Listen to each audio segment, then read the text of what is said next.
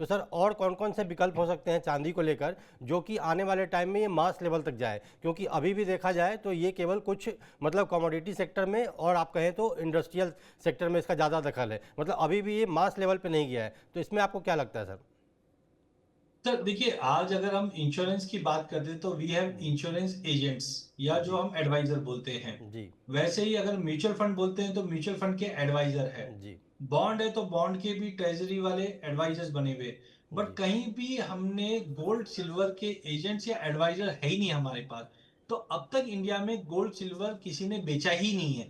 आज जी अगर मैं घर भी लेने जाता हूं तो हमारे पास रियल एस्टेट एजेंट या एडवाइजर होते हैं जो हमें घर बेचते हैं, उसके जी बेनिफिट्स बताते हैं। तो मुझे लगता है कमोडिटी के अंदर खास करके सोने चांदी की अगर बात करें तो अब तक हमको बेचा ही नहीं गया है, ये तो हमने खुद ढूंढ ढांड के निकाल कर हम इन्वेस्ट कर रहे हैं। तो जी मुझे लगता है आने वाला जो टाइम है वो सोने चांदी के लिए या कमोडिटी के लिए बहुत ही बेहतरीन विकल्प है। क्योंकि जी अब लोगों को समझ में आने लग गया है कि इक्विटी में देखिए कभी मैं देखिए इक्विटी के अगेंस्ट नहीं हूं मनी जी। जी लेकिन हम रोज सुनते हैं ब्लैक मंडे हो गया, ब्लैक ट्यूसडे हो गया, ब्लैक थर्सडे हो गया, ये सब जी सुनते हैं। लेकिन सोने चांदी में कभी सुना ही नहीं है। क्योंकि आप एक ट्रैक रिकॉर्ड उठा के देख लीजिए, 25 साल में 25 साल में सोना, अगर फाइनेंशियल ईयर का अभी मैंने रिसेंटली डेटा भी बनाया था, मैं आपके साथ शेयर भी कर दूंगा कि जी 25 साल में कभी हमने देखा ही नहीं कि सोना 10% से ज्यादा नेगेटिव रिटर्न दिया है। जी हाँ, हो सकता है 7-8% आया है, फिर रिकवर किया है, फिर टूटा है।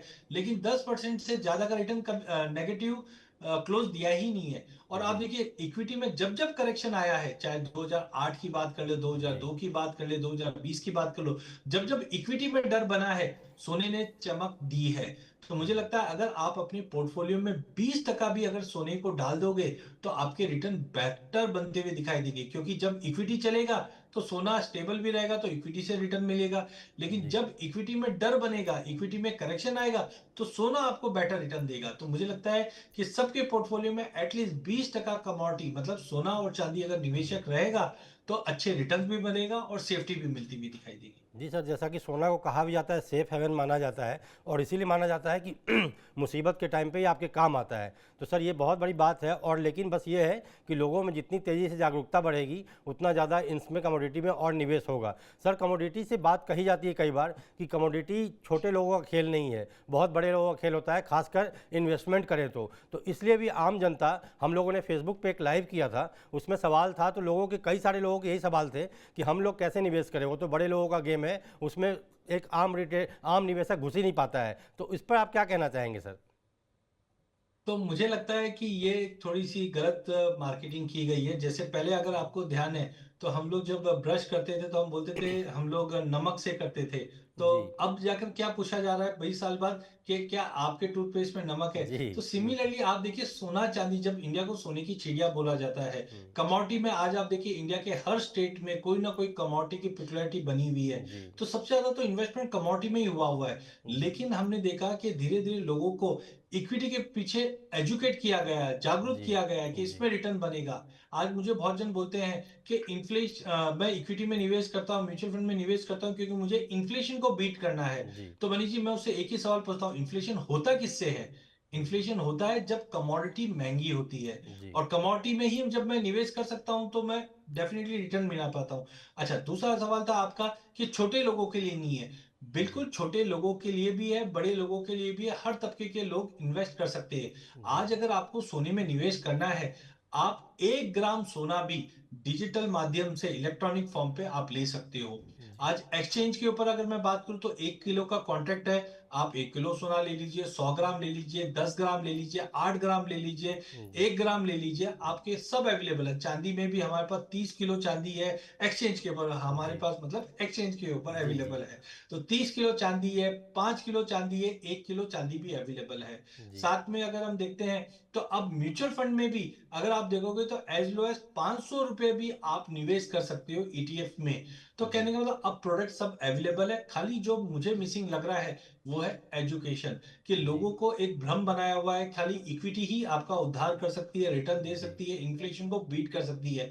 लेकिन जी अब जैसे से लोगों को समझ में आ रहा है कि कमोडिटी, अभी तो मैंने एग्री की बात ही नहीं की है, जी एग्री में भी तो लोग निवेश कर सकते हैं, लेकिन वो इन्वेस्ट इन एग्री करके हमने कभी इस चीज को देखा ही नहीं है। तो जी अब ये टाइम आ चुका है कि कमोडिटी में निवेश के पॉइंट ऑफ व्यू से अगर देखा जाए तो बेटर रिटर्न मिलेगा, सेफ्टी मिलेगा, और एक 100 बात की एक बात, कमोडिटी की वैल्यू जीरो नहीं हो सकती। और जी यही सबसे बड़ा गेम चेंजर हो सकता है आने वाले टाइम में कमोडिटी के लिए। जी सर, आप एग्री की बात कर रहे थे, मेरा अगला सवाल भी इसी से जुड़ा हुआ था कि सोना चांदी और कम से कम क्रूड ऑयल तो नॉर्मली पब्लिक जानती है, लेकिन बहुत सारे, मैं मतलब टीयर 2 टीयर 3 जाके कई बार मतलब रिपोर्टिंग भी कर चुका हूँ, तो वहाँ लोगों को पता नहीं है कि एग्री कमोडिटी, जबकि खेती किसानी सबसे ज़्यादा वही करते हैं, लेकिन उनको पता नहीं है कि आप इससे ट्रेडिंग भी कर सकते हैं या निवेश भी करके इससे कमाई भी कर सकते हैं। तो सर थोड़ा सा एग्री कमोडिटी बताइए, जैसे धनिया, ज्वार, बाजरा, गेहूँ, चावल, क्या सब में ट्रेडिंग होती है, सब में निवेश किया जा सकता है?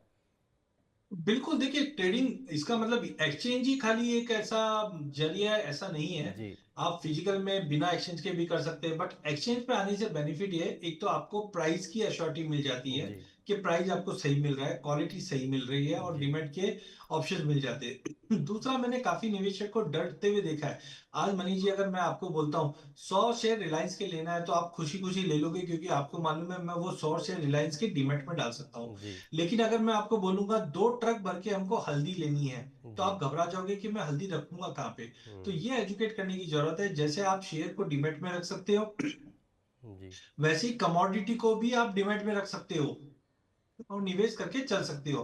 तो आई जी थिंक सारी कमोडिटी में अभी तक सेबी ने करीबन 40 कमोडिटी को रेगुलेट किया गया है। इनफैक्ट 2 दिन पहले एमसीएक्स से भी कुछ ऐसी अपडेट आ रही थी कि इलेक्ट्रिक फ्यूचर भी अब लॉन्च कर दिए गए हैं। जी मतलब किसी को इलेक्ट्रिसिटी में भी निवेश करना है वो कर सकते हैं, लेकिन बहुत जो सोचते हैं नहीं नहीं ये स्पेकुलेशन है। जी स्पेकुलेशन कब होता है? जब हमको उस चीज की जानकारी नहीं होती है। हम्म, आज अगर आप हर महीने 100 यूनिट इलेक्ट्रिसिटी का कंज्यूम कर रहे हैं उदाहरण के तौर पे, जी और कभी अगर आप 2-3 महीने के लिए बाहर जा रहे हो, तो आपके पास एक्सेस अगर इलेक्ट्रिसिटी बच रही है, जो आप बचा रहे हो, वो आप जनरेट करके भी बेच सकते हो। तो बहुत सारे ऑप्शंस अवेलेबल है। तो मुझे लगता है कि इसकी जानकारी पब्लिक तक, ग्राउंड लेवल तक अभी तक नहीं मिली है। लोगों ने कमोडिटी को एक ट्रेड के पॉइंट ऑफ व्यू से देखा है, कभी जी निवेश के पॉइंट ऑफ व्यू से नहीं देखा है। बट मुझे लगता है कमोडिटी की सबसे बड़ी पिक्युलरिटी एक ही चीज है कि जिस कमोडिटी में हम ट्रेड कर रहे हैं, निवेश कर रहे हैं, वो जीरो कभी नहीं हो सकती है जी और सस्ती कभी नहीं हो सकती है। आज सोना भी 2005 में जी 5,000 रुपए का भाव था, आज हम 1 लाख देख रहे हैं। कोई जी भी कमोडिटी अगर आप देख लीजिए, घी जो लोग बोलते हैं, तो हमने सुना है कि 50 रुपए किलो में घी मिलता था, और आज आप देखिए भाव बढ़े हुए। तो हर कमोडिटी के भाव बढ़ने ही बढ़ने, इसमें निवेश करोगे तो वैल्यू जीरो नहीं होगी और रिटर्न डेफिनेटली मिलेगी। जी सर, ये सबसे अच्छा जो मतलब इसमें जो बात आपने बताई वो ये है कि इसका निवेश जीरो नहीं होता है, क्योंकि कई बार आपने अगर इक्विटी में देखा होगा तो शेयर के प्राइस, मार्केट क्रैश हुआ, शेयर के प्राइस घटाक से मतलब जीरो जीरो लेवल तक भी जा सकता है, और वो बीएससी या एनएसई से लिस्टेड से बाहर भी हो जाता है, लेकिन कमोडिटी में ऐसा नहीं है। तो सर एक उम्मीद करेंगे कि अब जैसा आपने कहा कि दिवाली में चांदी और चमकेगी और दिवाली तक 1,30,000 जाएगा, तो उम्मीद है कि दर्शक अब इसको इंतजार करेंगे और अब चांदी में निवेश करने का सिलसिला और बेहतर और देखा जा सकेगा। तो सर इतनी ज़रूरी जानकारी देने के लिए आपका बहुत बहुत धन्यवाद, TV9 को समय देने के लिए। जी, तो ये थे एक्सपर्ट जो बता रहे थे कि दिवाली तक इंतजार कीजिए, चांदी और भी रिकॉर्ड तोड़ने वाली है और 1,30,000 का भी आंकड़ा पार करेगी। तो हो जाइए तैयार, सोने में निवेश करें ना करें, चांदी में निवेश करने का समय आ गया है। तो इन्हीं ज़रूरी जानकारी को देखने के लिए देखते रहिए TV9। नमस्कार।